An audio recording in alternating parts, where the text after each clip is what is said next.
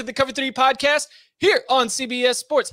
That's Tom Fornelli. I'm Chip Patterson coming to you live at youtube.com/cover3 and all across the 24/7 Sports Facebook network. Thank you for joining us live. If you are here live, smash that subscribe, smash that like, come and jump in the chat and participate. We got a lot of fun on tap for you today. A little bit later on, we're going to be diving into mystery teams. So what is a mystery team, do you say? Well, it's preseason mag.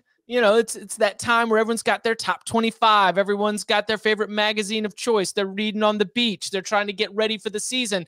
Everyone's got a top 25. And as I'm scanning everybody's preseason top 25, I realize everyone's got about the same, top 5, 6, 7, maybe even all the way to, 8 or 9 teams. But beyond that, whoo, boy, we've got a lot of variance. So we've each got a group that Tom and I have put together. We're going to go into why there might be so many questions, why no one can figure out where they stand in terms of the rankings. So these mystery teams that we can't quite figure out, can't quite have a consensus on, we will get back to them a little later. But first... Wait. What if mystery teams are the future of college football scheduling?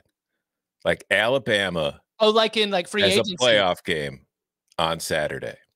But Alabama doesn't know who it's playing in that playoff game until Saturday. Like they come out onto the field, wrapped in paper with question marks on it.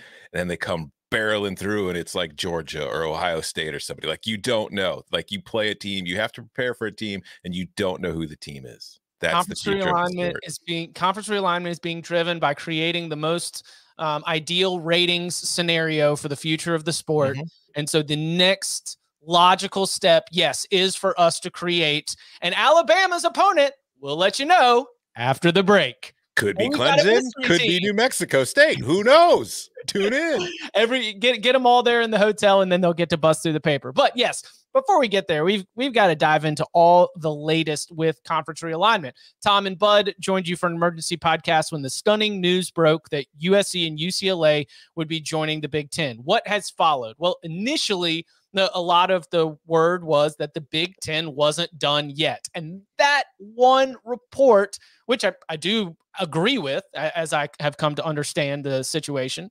when they might make their next move is something that we'll discuss here. But that has the rest of college athletics entirely sort of spiraling. What happens to the Pac-12, which now just has 10 teams, and as of yesterday has started entering into a new media rights negotiation? What happens with the Big 12, which just recently welcomed in the likes of Cincinnati, Houston, BYU, and UCF, just got a new commissioner as it tries to solidify its future?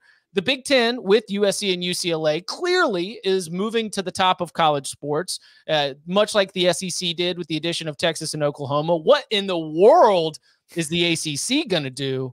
So let's start with this. Let's start with this, Tom. You texted me, you said there's one thing with Big Ten expansion that no one is thinking about. Since the Big Ten began all of this, it seems like we've had 3 weeks since last Thursday when the news broke. What's the one thing about Big Ten expansion that no one's thinking about? Well, it's not the most important aspect of Big Ten expansion, but it is an aspect of Big Ten expansion that we as college football media and our listeners and viewers as college football fans, sometimes you can't see the forest for the trees. And when you look at the SEC and you see what they've done by adding Oklahoma and Texas, it's pretty clear what the SEC's plan is. They want to dominate the sport. Greg Sankey read a book about the Premier League and said, why don't I just make the SEC into the Premier League? And that's what he's done by trying to add large brands by Oklahoma and Texas and adding it to what's already the most powerful conference in the country. The Big Ten has much the same kind of feelings. Like, obviously, you bring in USC and UCLA. Those are 2 large brands. They're going to help with your television deal. You bring in the market of Los Angeles. So now you have 5 of the top 10 television markets within your conference. These are all things that matter because it means more money from television. But there are other aspects of college that matter, that generate revenue. And anybody listening or watching right now who has student loans that they're still paying off understands that there are other avenues for colleges to make money, mostly more than they get from football. So if you're the Big Ten, we've talked about this a little bit in recent weeks. If you're the SEC, you don't need to consider it because, as we've said, part of the reason the SEC has become so dominant in the last couple of decades is the migration of the United States population, for the most part, from the Midwest to the Southeast over the last few decades for various reasons. And we've seen the population shift down there. There's more people down there. There's more athletes down there because of it. So if you're the SEC, you don't need to expand outside your footprint. But they're leaving the Big Ten area, and the Big Ten needs students. They need people coming to their schools. So they go and they get USC and UCLA. And yes, they would accept them no matter what, just as football programs, as brands to help increase the value of their television package. But the other aspect of getting into the California market is that no state in the country produces more students who leave the state to go to other colleges outside of their own state than the state of California. So if you're the Big Ten, you're not only trying to expand your brand as far as a television product, you're trying to expand the conference's brand into states like California and other states across the country. Like maybe in the future, I guess we'll get to this more, but like if the Big Ten goes into the Southeast to expand and starts raiding the ACC, states down there where populations are growing and more students are, future students are being produced, to try to spread your brand to make it more amenable to somebody right now in Southern California probably never thinks of going like, I'm going to go away to college. I'm going to go to Iowa. But if they're suddenly watching USC play Iowa all the time in football, they kind of start to get an idea. They get more familiar with the Big Ten, and the world starts to seem a little smaller. So this is something that is, I can confirm, consideration among people in charge at the Big Ten with what they're looking for. Like everybody knows about the academic part of it. That's different too. They have, if you've looked at what the Big Ten has done, they have not added a school that was not a member of the AAU. Nebraska was at the time.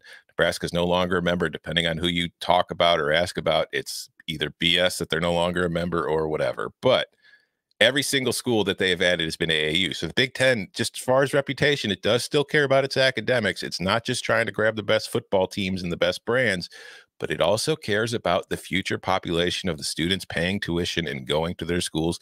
Because schools, like we talked about this over the weekend, Chip, they were making money long before football became profitable. And if football ever stops becoming profitable, and one day it might, they're going to need their prime avenue to make money is you paying like $50,000 a semester just to go to school there. So my one way that I've always explained the Big Ten's dominance in terms of what it's able to command and from media rights, it's just that they have more bodies. I go and I look to rankings of what universities have the largest living alumni base. And I think I pulled one up from 2 years ago. And when you add UCLA to that list, I counted up 10 of the top 15. It was like Penn State was number one. Illinois was up there. It was loaded with all kinds of schools that are all just like, oh, if I go to Fox and I say, what is our value? Fox is going to say, well, how many people are going to be tuning into these games? And the number one way that I can know this is by alumni, the people who have an emotional investment, the people who have an experience of being tied to this university. Here we go. Penn State, Indiana, Michigan, Michigan State, UCLA, Ohio State, Rutgers, Purdue, Wisconsin, Illinois. 10 of the top 15 in the country in terms of largest living alumni. And it's something that runs counter to, especially a lot of these people that I'll talk to locally, North Carolina, we're still close to the SEC, and they don't always have that understanding of just how massive those universities are. So when you go and you grab these California schools, when you start to entertain the possibilities of further expansion, and like you mentioned, trying to increase the university's brand awareness, do you think that the Big Ten is always going to be able to live on this strength in numbers advantage, like no matter what happens in terms of college football competitively on the field? Because like the ACC has 3 national championships here in the last decade or so. The Big Ten just has 1, but the Big Ten's got all these people, and the Big Ten's got all this money, and it's got the money because of the people. Is that just going to continue to be something that you think the Big Ten can have that's sustainable? I don't see enrollment going down anytime soon.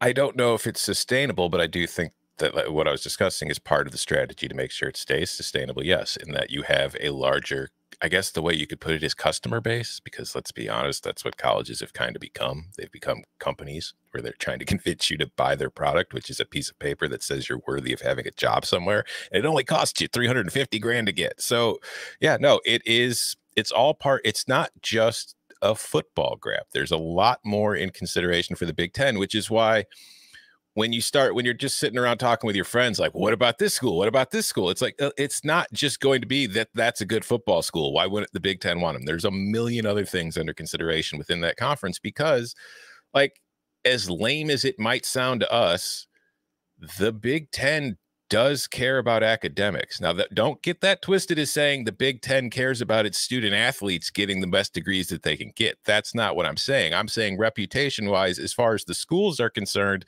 they do care about their reputation as academic institutions and how they are viewed by people, not only in, nationally, but globally.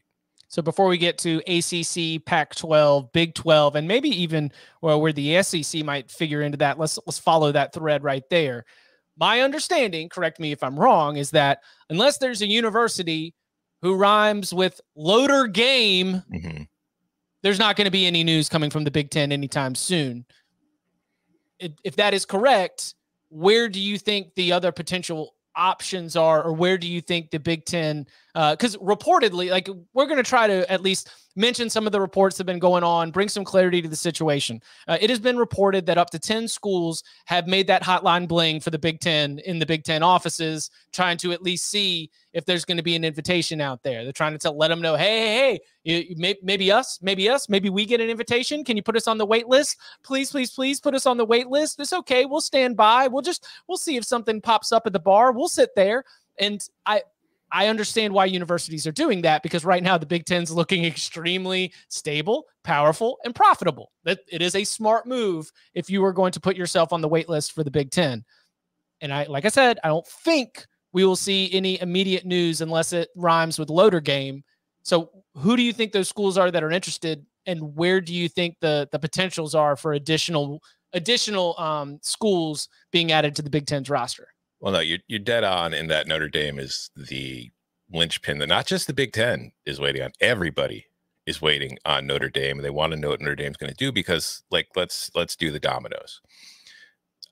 I'm not reporting anything. I want to be clear. So don't, if you're listening to this, go aggregating it. This is my understanding of the situation, just reading tea leaves and talking to some people that kind of have an idea of what's happening and what's going to happen.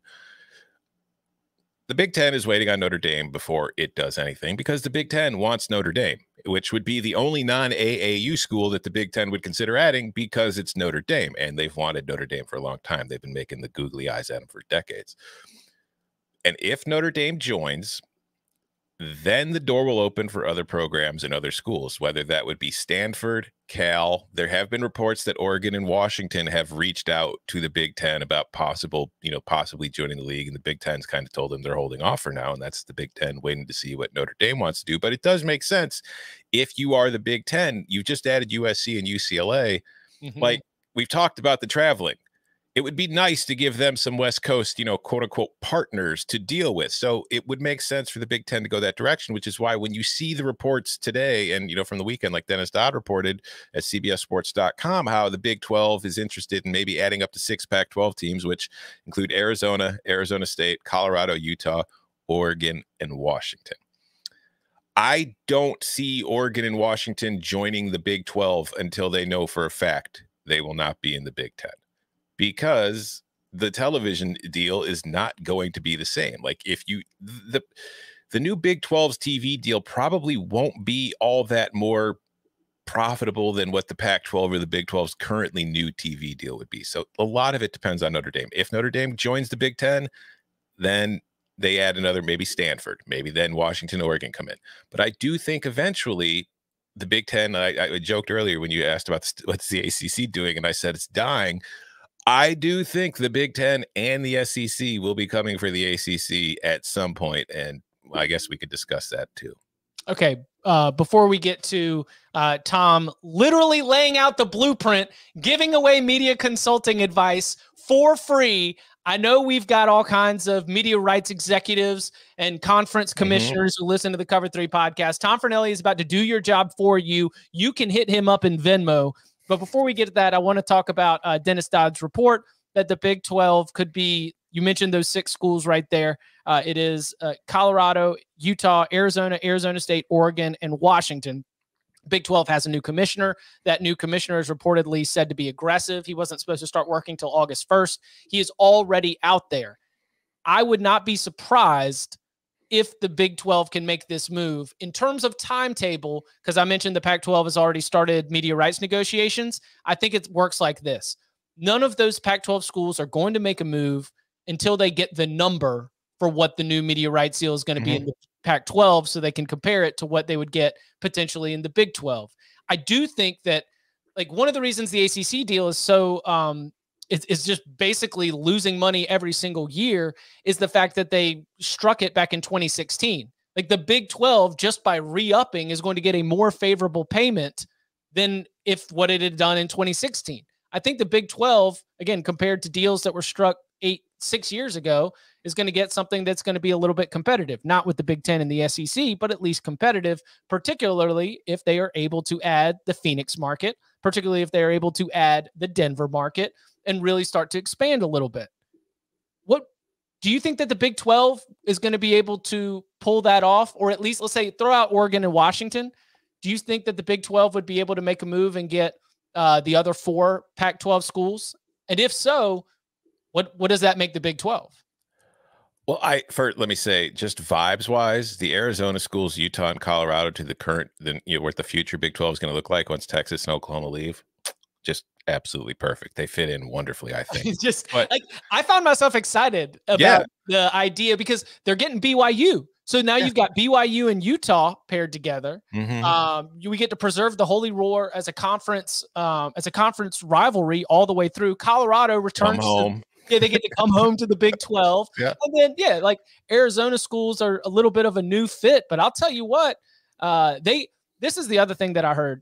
Pac-12 fans don't travel very well, but the Big 12 has some fan bases that do. And some of the Pac-12 schools are intrigued at the opportunity of seeing their home games. Like, as a fan of a team, you would not be excited about the fact that you're selling tickets to the other team. But when you're running a university and trying to make money, knowing that you're going to get that influx into your college town, the economic boost and the ticket sales, that's something that's attractive. So whether it's like an Iowa State or a Kansas State or something like that, they might be willing to go and make a weekend out of going to Arizona State and Arizona and seeing the sights. But I do think, going back, like you said, the Pac-12, it's reopened its negotiation window for new TV deal, but a call is coming from inside the house situation, because who's the Pac-12 opening its negotiations with? So ESPN and Fox. Well, so there was did you see the last paragraph in Dennis Dodd's ACC Pac-12 story? It posted late, we're recording on Wednesday. It posted late Tuesday night. It is that there is the discussions of a, quote, loose partnership, because we're never allowed to call anything an alliance ever again after what the Big Ten did to the ACC and the Pac-12. But it is a loose partnership between the ACC and the Pac-12 that may even include a championship game between the two champions in Las Vegas. The whole idea would be to put together a package that would make the ESPN deal bigger for the ACC and bigger for the Pac-12. And in the very bottom of the story, the last paragraph, and this is just from the story, Dennis wrote, Fox is not expected to be a part of the Pac-12 negotiations moving forward. And at that time, I was like, whoa. So the Pac-12 screwed. But, I mean, here's the thing. Who are you selling an ACC Pac-12 championship game to? What value is that to ESPN? They've already got the playoff. And so if it's Clemson, Oregon, you've got some juice, But you're essentially locking yourself out of the new college football playoff, because the SEC and the Big Ten, when they have their new super conference, it's like, well, you guys already have yours. You don't need to be a part of ours. I mentioned that only, I think it's most notable for our conversation because of the Fox bowing out of the Pac-12, in which case I was like, oh, yikes. Because that's Fox basically saying, like, we care about the Big Ten, and the Big Ten, this is what we are. Fox Sports is Big Ten. Big Ten is Fox Sports. Like, that's just like fully going all in. We got USC and UCLA out. We got them into the Big Ten. We are out of the Pac-12 business. That felt extremely significant as we continue to look at this arms race and I'm not a media rights expert. Go get a Sports Business Journal subscription, listen to John Ourand or whatever. But it is like the Fox Sports League, aka the Big Ten, versus the ESPN League, aka the SEC. And that just sort of the way that I see the arms race from my seat. Well, let's look at it this way. The Pac-12 as a television product, even when it still had USC and UCLA, was not attractive enough within the Pac-12 to convince cable companies through all Pac-12 states to even pick up their network. Like, they looked at that and said, no, it's not worth it on our end. So, like, that's the thing. Like, USC and UCLA, once they join the Big Ten, more people in California will be able to watch their games than they had been able to watch some of them while they were still in the Pac-12. So it's not surprising that Fox isn't really all that interested, and ESPN's got all sorts of time to always fill. So, of course, they're going to be interested, but how interested as far as financially? And then you turn it around. It's like if those schools, the Arizonas, Colorado, Utah, Oregon, Washington, like the Pac-12 is opening its TV deals just to, if they're just sitting there trying to test the water to see what they can get before deciding what else to do, they're negotiating with the same people that the Big 12 will be negotiating with, except the Fox, I would guess, would be more interested in the Big 12 because there's already a working relationship there. And at least you've got Texas, which is always going to be football mad. So Fox and ESPN are going to be able to set whatever the money is. They're going to be like, whatever you want to call your conference or whoever's in it at this point, the price is probably going to be exactly the same. So you have to ask yourself, where do I feel like we fit best financially and culturally going forward? And if you look at the Pac-12 right now, I mean, it just lost its biggest brand and its kind of flagship school. It lost UCLA. It lost its biggest market in the conference. I feel like if I'm looking at the two of them, it's hard to imagine the Pac-12 is going to be the victor coming out of this scenario. And I don't know if the ACC, I have no idea what the ACC stands to gain by this loose agreement with the Pac-12. And all right, so the other phrase I've been coming back to is the no bad ideas portion of all of this, that when you're floored by something as stunning as USC and UCLA going to the Big Ten, and everybody goes into their camps, there's the university presidents that are in their camp, the athletic directors are in their camp, the league offices are doing it. And I always just imagine the big whiteboard and whoever's leading the meeting says, okay, no bad ideas, and a loose partnership between the ACC and the Pac-12 with a potential championship game between the champions in Las Vegas seems like it comes up in a no bad ideas meeting. Does not mean it's a good idea because it was presented in a no bad ideas meeting. So a lot of things are being presented. And so that's why I try to have a little bit of patience with all these stories, because they can be very true that it is being considered, but there could also be a lot of things that are being considered. The thing that jumped out to me again was that last paragraph where it just said Fox is not expected. And of course, expected could work the other way. Speaking of the ACC, it has long been mentioned that the grant of rights portion of the current ACC contract, something which extends all the way out to 2036, is something that's prohibitive from schools leaving. Now, it is based on my understanding, the situation much like a coach's buyout. We always talk about a coach is on the hot seat. Well, the buyout drops at this date. The buyout drops at this year. As we get closer and closer to 2036, the cost to leave with the exit fee and the grant of rights as it is set up is going to continue to drop. Could it be worked around now, Tom? Yes. Okay. Give it to me. It involves some cooperation and evil genius kind of thought process. First, shout out to Andy Staples, who wrote about the grant of rights situation on The Athletic last week. And he basically went over, there are 4 ways to get out of a grant of rights. The first way is you just throw up the double birds and say, screw you, I'm leaving, come get it, come and take it, which will probably end up costing you a lot of money. The other one is you just sue, which there's no guarantee that you're going to win. You're going to be paying lawyers a very long time to be fighting this in court with no guarantee you're going to win. So you're probably going to end up paying a lot of money. The third option is to come to like a buyout agreement where it's like, all right, well, we're not going to pay the full grant of rights, but we can work it down and you're going to end up paying a lot of money because there's still like 15 seasons left on the grant of rights. But there's a fourth option, and it's one I have mentioned on the show before. You can't pay money to something that doesn't exist. So, speaking of loose agreements and alliances, there are going to be 2 super leagues, the Big Ten and the SEC, who have been gobbling up all the big brands and who don't really seem to be done just yet. So what happens if Kevin Warren and Greg Sankey get together and decide they're each going to take 4 ACC schools at the same time? What if the Big Ten says, we're going to take Virginia, North Carolina, Georgia Tech, and Duke, or Pitt, or, whatever. Chip, you tell me, would North Carolina go anywhere without Duke? I've always imagined that North Carolina and Duke are packaged together, and the Big Ten would always be the most likely landing point. Mm-hmm. You mentioned the AAU. North Carolina is like an old dog in that frat. Yeah. They're like 1922 initiation date in the AAU. Yeah, they've got AAU branded on their ass, and it took, they had to deal with that sitting down for a few weeks. So anyways, the Big Ten goes against Virginia, North Carolina, Duke, Georgia Tech. And then the SEC says, well, we'll take Miami, we'll take Florida State, we'll take Clemson, and I don't know, a fourth, NC State, Virginia Tech, whatever one they want. So the two of them coordinate, get together, and take 8 of the 14 teams in the ACC. Who do you have to pay the grant of rights to at that point? The conference is dead. The other 6 schools will be leaving. So that's the one way I think that you could get around it. I'm not saying it's going to happen. I'm not saying it's what they should do. But if they wanted to, that is one way both the Big Ten and the SEC could make it happen, and make it happen immediately, and not have to worry about paying a bunch of money to make it happen. Just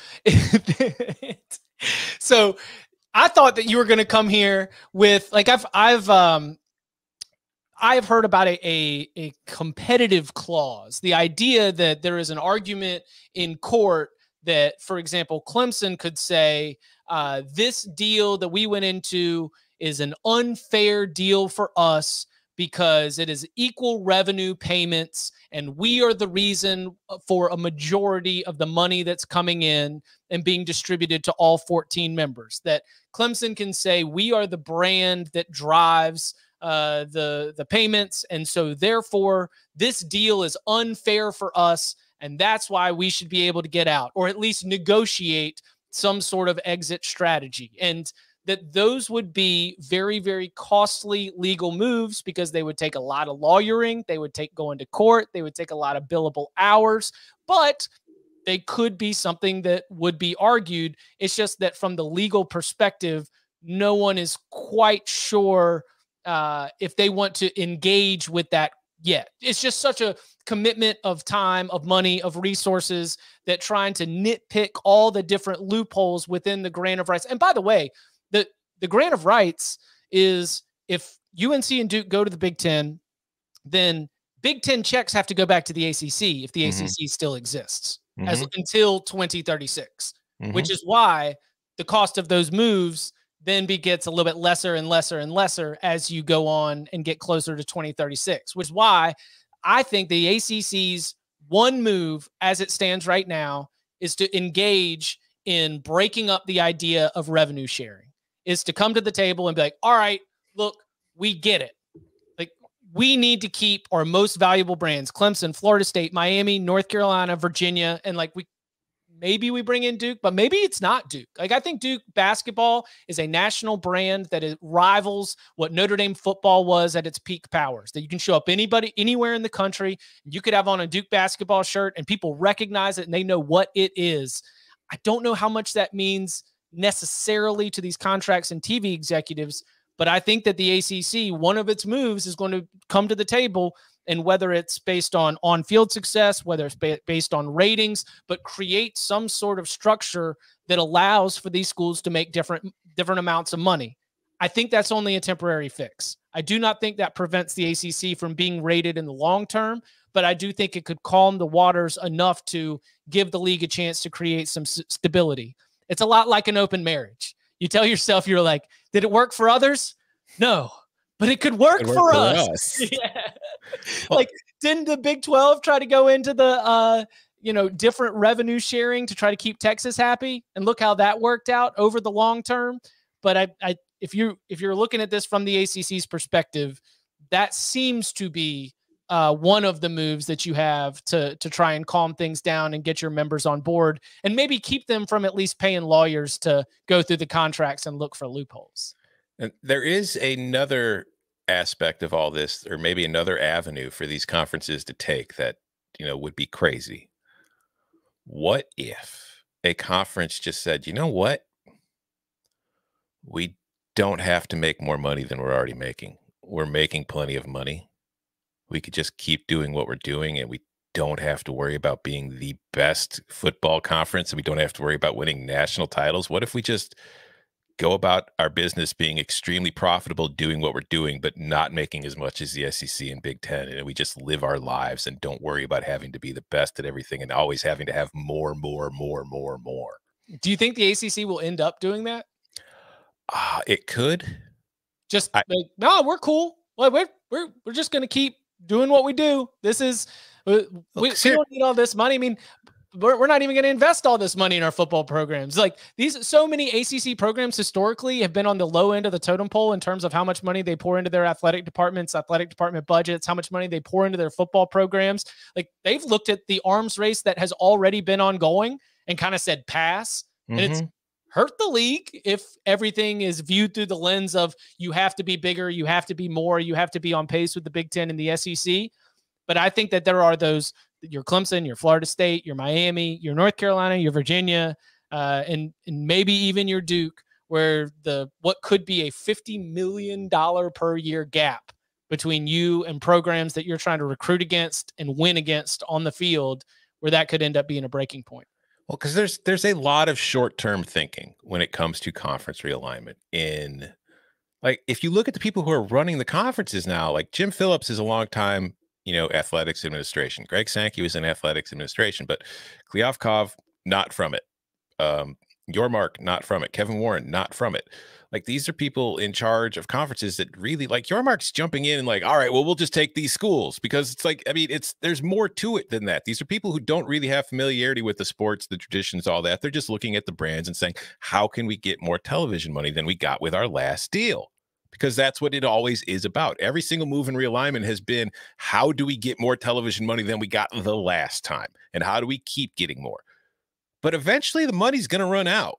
The bubble is going to burst. You're not going to have any more schools you could poach to increase your conference's value. Frankly, I think a lot of it, we're kind of reaching that breaking point now with some of these conferences. So at some point, and it's not anything any current conference commissioner needs to worry about, because they'll be long gone by the time it happens. But at some point, that the money faucet's going to stop. You're just going to get what they're willing to give you, because they already have everything that they need. College football does not have shareholders it has to answer to. It has stakeholders, which is why bad business decisions are made all the time. And to bring this full circle to your Big Ten point, Big Ten's got that galaxy brain and they're like, yeah, the bubble is going to burst. Football won't be around in 2050, but these schools will. So let's have as many of them together as possible with as many people and as many alumni so that we can have more customers. Anything else we want to hit on? I mean, I knew that we had like four, I feel like we got to a lot of the big points of where we're at as we sit here Wednesday, 11 a.m. Is there anything that we left out in terms of, where we're at and sort of where all these different conferences are sitting? Oh, the SEC. I feel like the SEC's comfortable and is just, they know that there's a couple of schools that will call if things start to look poor, but they're just, I don't see them or hear much from the SEC offices right now. Well, I don't think the SEC needs to rush into anything. They could just kind of wait and see, because I mean, if the SEC stays where it is, and again, kind of going to what I was saying, if they just stay where they are, they're going to be just fine. They don't really have to grab any more schools if they don't want to. None of them do. The Big Ten doesn't either. That's the other thing too. That's another possible outcome. We might just be done. Because remember, like in 2014 and 2010, we were going through all the crazy like death scenarios of the four super conferences, and then there was like a couple huge moves, and then it just stopped. We could be in the same situation again right now. Yep. Very, very interesting. And of course, all moves and reports, we're going to keep you updated here on the Cover 3 podcast. It's an incredibly fluid situation. And before we hit the break, like I mentioned this to you over text as we were going back and forth over some of it, I get very excited in my voice and I sound very engaged with the topic. There is a part of me that's incredibly sad because there is a fan and there is a type of fan that is losing here. if you are a college football fan that loves to sit on your couch and go, noon slate, 3:30 slate, prime time, and late night, and line up 4 football games all the way through, sit on your couch, eat snacks for cheap, and go to the fridge and get drinks for cheap, and just take it all in, place bets on your phone, you're winning. Like, you are being marketed to. But if you are a fan who buys season tickets, who travels long distances to go to home games, who has made home games a family affair, you are losing in the way that college football is changing. And I love that fan too. I mean, when we sit here on the Locks Pod, we are kind of talking to the fan that wants to sit on his butt and watch a full day of college football. You are in our audience. But I also know that for the people whose college football experience is familial, who is tradition, and is really investing their time, money, and resources in getting to the stadium and meeting up with people and having a recognizable product of having people at your office all from rival schools because all of it's regional, then this is a little bit sad. And so I'm excited because it's uncertain. We don't know what's going to happen. We can debate all of it, but I did want to at least speak to that fan because I know you listen to the podcast as well, because I feel you, man. This stinks. The game is changing in a big way. I feel terrible for our sport, but it's tremendous content. What prophetic words. Coming up on the other side, we have been looking at preseason top 25s from all across the country. And there's some teams that show up in about the same places, but it's not all the same. So we are going to dive into some of college football's mystery teams of 2022 next. Cover 3 fans, we are a nominee for the Best Sports Podcast category in the People's Choice Podcast Awards. We appreciate all you guys do for us, and we hope that you enjoy our show enough to nominate us to advance all the way to the final round. To nominate the Cover 3 podcast, go to podcastawards.com/app/signup. Once again, that is podcastawards.com/app/signup, and then toggle down to the sports category. The whole process, honestly, takes less than 60 seconds. That is less than the amount of time it's taken for this read. We've included the link at the top of the episode description as well. Once again, go to podcastawards.com/app/signup, toggle down to the sports category, and nominate the Cover 3 podcast to advance all the way to the final round. All right, so like I mentioned, it's there's just a really funny process of going through and putting together your top 25, of sorting through other top 25s. And, I saw Parker Stats of War on Twitter. He was like, I pride myself on my unique proprietary algorithm and, the analytics I use. And it is with all of crunching the numbers, I'm paraphrasing here, that I am here to announce that Alabama, Ohio State, and Georgia will have good teams in 2022. Like, you can fill out the top of your preseason top 25 with no controversy at all. I'm not going to say it's lazy, because it's probably right, but then things start to get a little bit interesting. So we have gone through some of the magazines. We've gone through some of the way too early top 25s. I started with the post-spring editions, like all the ones that were re-upped in May. So at least we've got the transfer portal and spring practice factored in, so we don't have some crazy variance. And so we want to highlight some of the mystery teams for 2022. So I want to start. You want to ping pong back and forth? We'll nominate the ones that stand out to us the most. Sure. Okay. Oklahoma State. The Oklahoma State Cowboys were runners-up in the Big 12 last year. Of course, just a heartbreaking loss right at the end to Baylor. Had an incredible bowl game performance against Notre Dame. Then we see in the offseason they lose their defensive coordinator, Jim Knowles, but do return. They'll lose also some key pieces, both to the transfer portal and the NFL, but do return a lot of that Cowboys team that played so well through the season, was able to get the Bedlam win against the Sooners. And now I have seen them, Tom, anywhere from 12 to 25, anywhere from knocking on the top 10 to, throw them in there because they won a bunch of games last year. Oklahoma State as a mystery team, I don't want to necessarily, if you can give me where you expect them to be, but what do you think makes Oklahoma State a mystery team, and sort of what is the ceiling and floor for the Cowboys as you see? If I have to predict where they're going to start the season ranked, I would say 15 to 20. I think that if you look at this team going into the year, obviously it's coming off a great season, reached the Big 12 championship, nearly won the conference, did win the Fiesta Bowl. But as you mentioned, Jim Knowles is leaving. That's a huge question mark to me because, like, Oklahoma State over the years, like when it was really humming under Mike Gundy, and when it almost got to, the BCS title game not that long ago, this was a team that was scoring like 50 points a game. Like, that was the trouble with trying to beat it.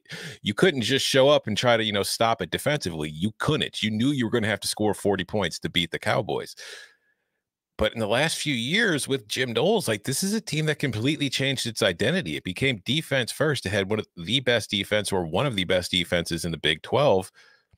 And offensively, it really wasn't very explosive. It wasn't scoring the same kind of points. So now that Knowles is gone, if that defense does drop off a little bit, and maybe it does, maybe it doesn't, who knows, are we going to see enough from Oklahoma State's offense that they can make up for any possible deficit suffered by that defection or drop off on the defensive side? And when you look at their schedule, like, it starts off pretty easily. Like Central Michigan, that's a good MAC team, but Oklahoma State should beat it.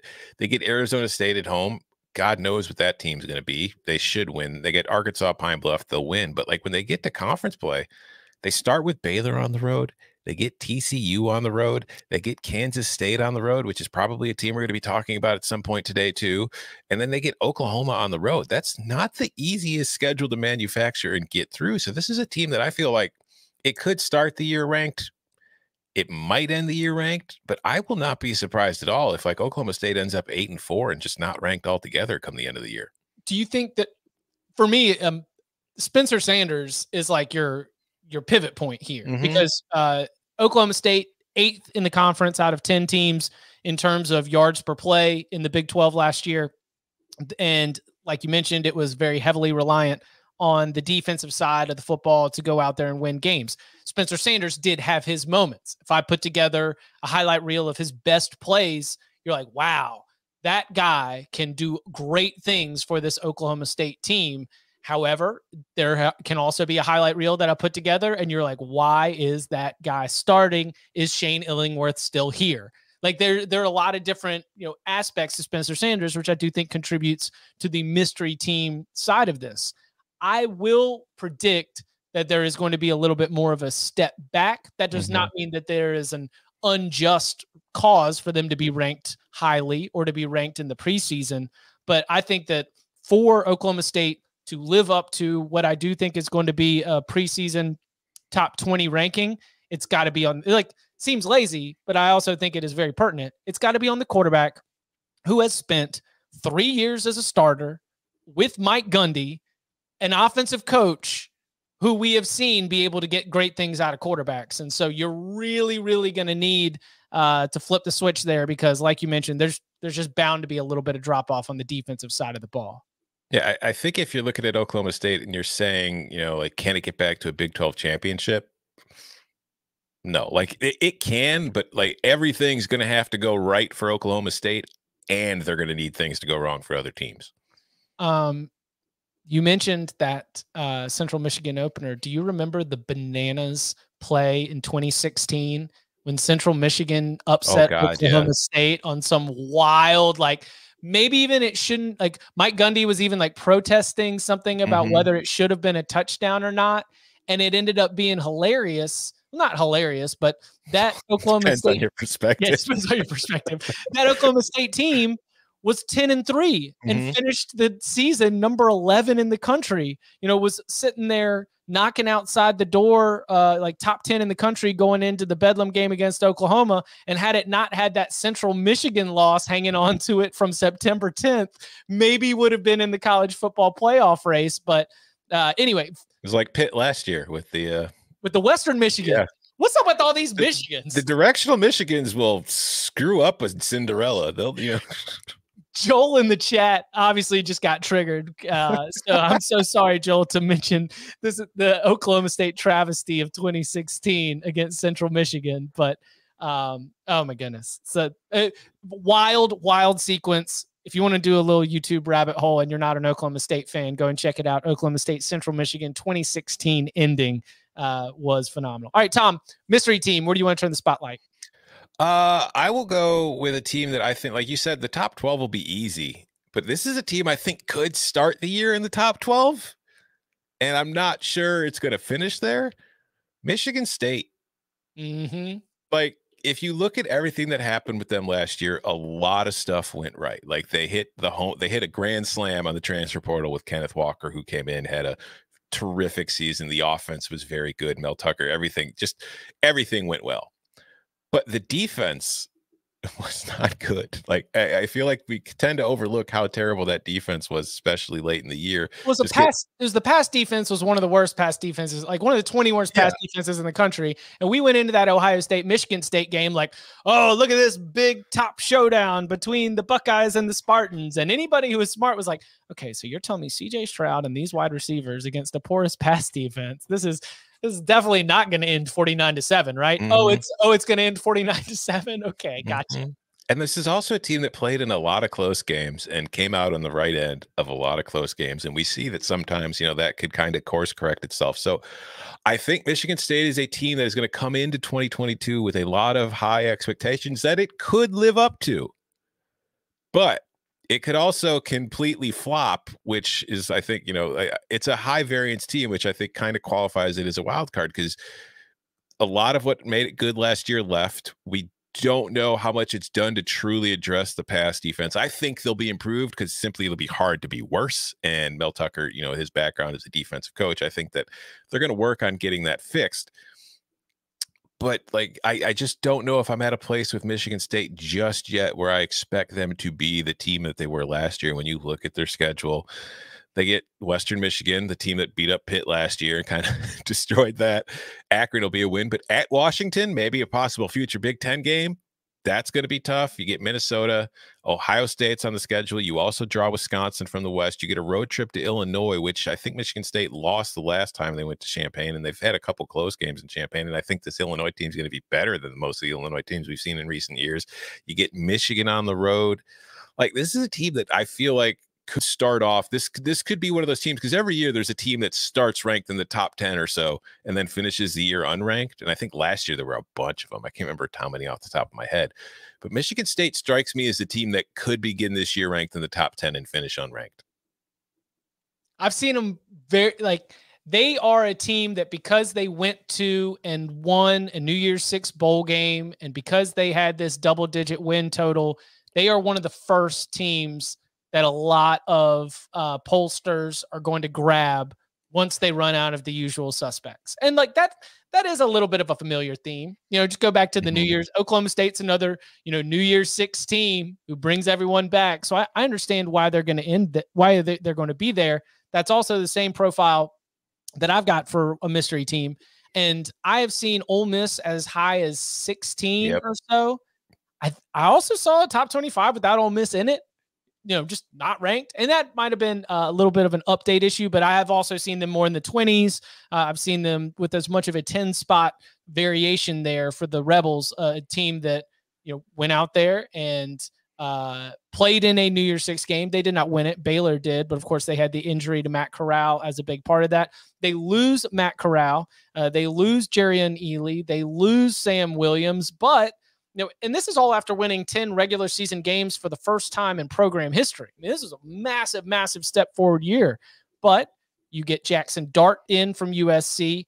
Luke Altmaier in his time in that bowl game at least showed that he might be all right. And the transfer portal has just been a big place for Ole Miss to go and get answers, including, I think the most notable being Zach Evans at the running back position.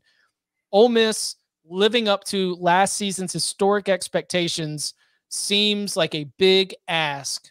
Ole Miss probably deserving to be in the top 25, but if you want to throw them down near the 20s, I wouldn't argue with it. What are sort of your big questions, and what are the mysteries around the Rebels? Well, I'm not that obviously there are questions to answer on offense because Matt Corral's gone, and new quarterback, and Jackson Dart. When you watch him in the spring, Jackson Dart did not really take the bull by the horns. Like there are still some questions about who's going to be the team's quarterback, and anytime you have those questions, it's hard to know how good a team's going to be. That said, with Lane Kiffin and the coaching staff and the offense that they run, pretty confident that Ole Miss is going to be viable on offense. They're going to score points. I think that this is a team with a pretty high floor because of that. And I also think that it's a high floor because they get pretty lucky with their divisional draw in the SEC. Like they're non-conference. They get Troy, Central Arkansas, and they're at Georgia Tech and then Tulsa. They should be 4-0 starting. Right. Agree. And then their first 2 SEC games are against their 2 SEC East opponents, Kentucky and at Vandy.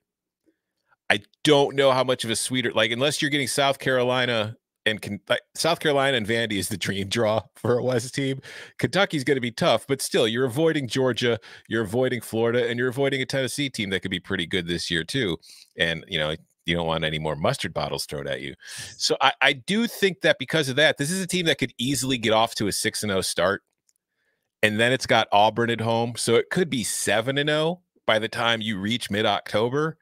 And then that's when all hell will break loose, because it starts with at LSU and at A&M in consecutive weeks, a bye, and then you get Alabama and Oxford. You're on the road for Arkansas, and you finish with Mississippi State. So there's that stretch in mid-October to early mid-November that's going to be huge to determine how good this team is. But I do think that they're probably going to win 8 games at a minimum, and I think going 8-4 as an SEC West team, you're going to finish ranked. When you do your preseason poll, do you – like we have the CBS Sports 130, or now to be 131. Shout out to James Madison. Woo, go Dukes. Do you do it sort of with in mind of what they will be at the end of the season, just as a personal preference? Yeah, it's more of a projection than anything. It's our preseason. Like I use my rankings formula for all this stuff to, during the season when it's reactive. In my preseason poll, it's a mixture of my power rankings and then just based on what I think is going to happen based on schedules. Like I do my projections, and then I kind of get what the team's records are going to be, and then I just kind of figure out who's going to get voted by who. And like I said, an SEC West team that's 8-4 is much more likely to finish ranked than a Big Ten West team that's 8-4. So that also comes into play, because I'm really just trying to predict what the final rankings will be. Yes. Well, I'll tell you that the College Football Playoff Selection Committee always holds a spot between 21 and 24 for an 8-4 SEC West team. For sure, because we got to keep that schedule banging. Woo! Okay, all right. We'll hit maybe 2 or 3 more before we get out of here. What's point the spotlight somewhere else? Can I do with a team that I don't think is going to begin the season ranked? Sure. I mentioned it briefly when we were talking about Oklahoma State. I think Kansas State's going to be a big wild card in 2022, because this is a team that, if you talk to the analytics folks, they're pretty pumped about heading into the season. Like, this is a team that people think can make some noise. They've got some talent. They've got a manageable schedule as far as the Big 12 is concerned, in that they get Oklahoma State at home. They got to go on the road for Oklahoma and Iowa State, which is tough. But for the most part, Oklahoma State at home, Texas at home, like, this is a team that people think are going to take a step forward. But the wild card to me is Adrian Martinez.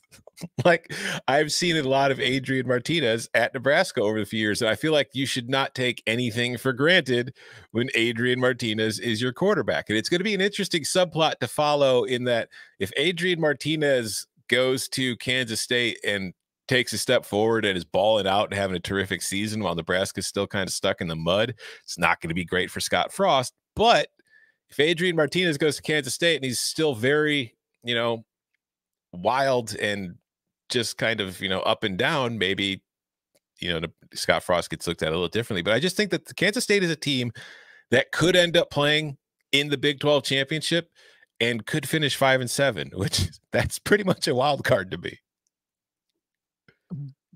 Without a doubt. I mean, if Kansas State is the non-Texas, non-Oklahoma, non-Baylor team most poised to go up there and take the cookies if everybody else screws it up. Like, what Iowa State has been the last few years in the Big 12? Like, Kansas State? Yeah, I feel like Kansas State can be this year's version of Iowa State. I think Baylor, is a little too solid of a foundation to think that they're going to be like a Cinderella kind of team. Oklahoma State, I think, is going to be good, but could drop off. I think Kansas State could be the one team where everybody's like, they're the plucky little underdog that's just, keeps winning. And people are like, wow, but they're not a playoff team, but it's like, yeah, well, they're still a pretty good team. But like I said, they could also be 5-7 for all I know. Not a massive difference here, but I do think that there's a big wild card factor. But the Miami Hurricanes I've seen as high as like 14, but then as low as like 21 or so. They're normally not all the way near the end of the top 25. A lot of people see Tyler Van Dyke as a very like impressive quarterback, Mario Cristobal, and some of the work they've done on the transfer portal to solidify the defensive side of the ball. There's there's a lot of reason to look at this group, and especially when it comes to the rest of the competition in that ACC Coastal Division. One more year of Coastal Chaos. To think that Miami's going to be able to have a good record. Where are you at with the Hurricanes right now? And a reminder, we've got win totals that will start up in the next couple of weeks. I know we'll hit the ACC on the earlier side of that, so feel free to keep any big time fire takes out there. But I think that Miami's floor and ceiling, much like Kansas State, are probably 3 to 4 wins apart. Yeah, but the problem I face is that there are 2 college football programs that when hype and offseason, like the offseason hype starts surrounding them and people start getting excited, I make it a point to go out of my way not to buy in. Miami is one, Texas is the other. Texas, I am fighting off any hype surrounding it. I know they're recruiting really well right now. I know Arch Manning's coming. That's not going to impact them this year. I know they have Quinn Ewers. Everybody's super excited about it. They've got great receivers, but I'm not buying it until I see it. I'm not buying it. I'm having a lot harder time doing it with Miami because I am genuinely excited and pumped up about what I think this Miami team can be in 2022. And a lot of it stems from just how I feel about Tyler Van Dyke based on what I saw from him last year. I think that he's one of the best quarterbacks in the country. And I think that should he be allowed to continue showing off what he can do, he's going to prove to be one of the best quarterbacks in the country. And I think if you look at this team, like they've got a chance to make noise. Like I think they're going to win the Coastal. I just don't look around the rest of that division and see another team that I truly believe is capable of challenging them over the course of a full season. There might be one that could beat them on a Saturday, but over the course of the full 8 games, I don't see it happening. But I'm telling you, I have this feeling in my gut. September 17th at Texas A&M. I'm not going to say Miami's going to win the game.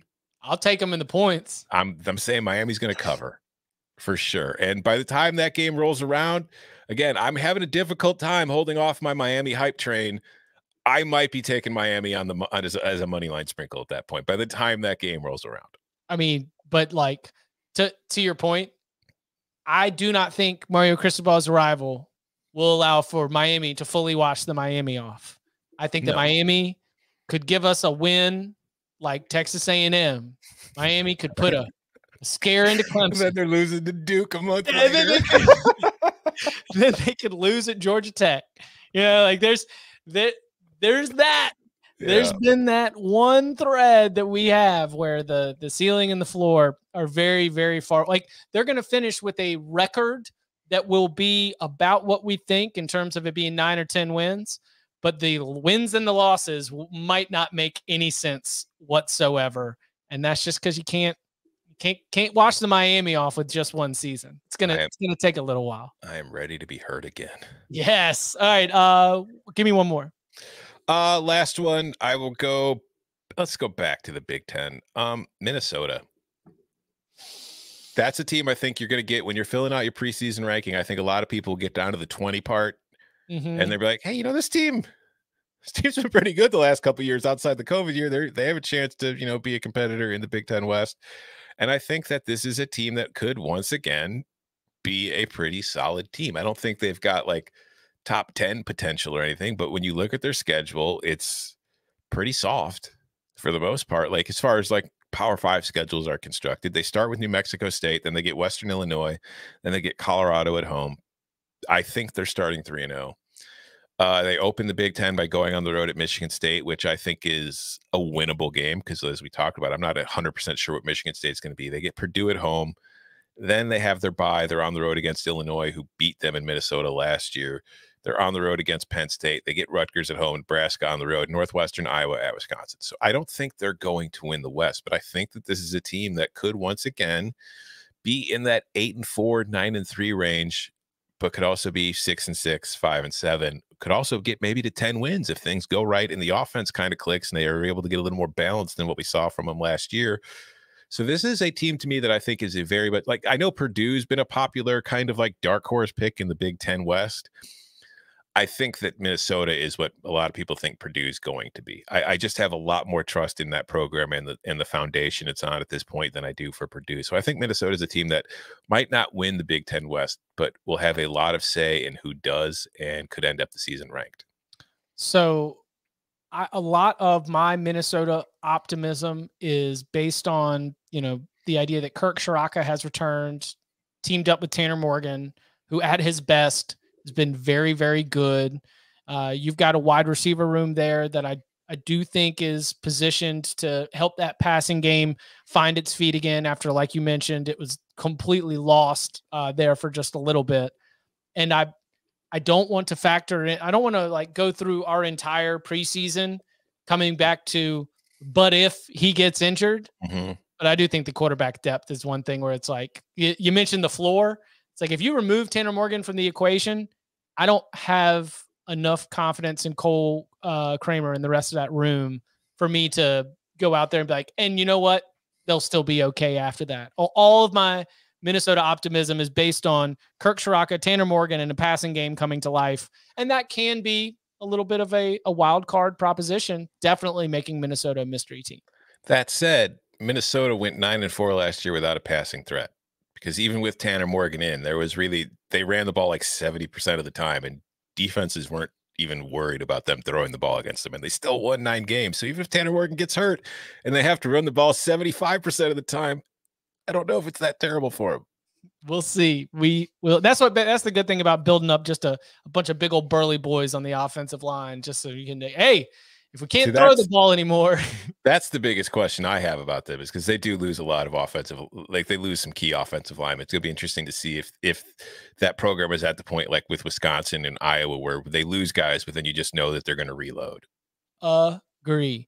You can follow him on Twitter at Tom Fornelli. You can follow me at Chip_Patterson. We'll be back on Thursday with another edition of the Mailbag. If you would like to add a question to the big old bag of mail, of course, 5-star review. Put your question in that review. It is loaded up. We cannot wait to get to some of those, but that's not the only way. If you want to hit us up at Tom Fornelli, at Chip_Patterson with a question, we can tackle that as well. Tom, thank you very much.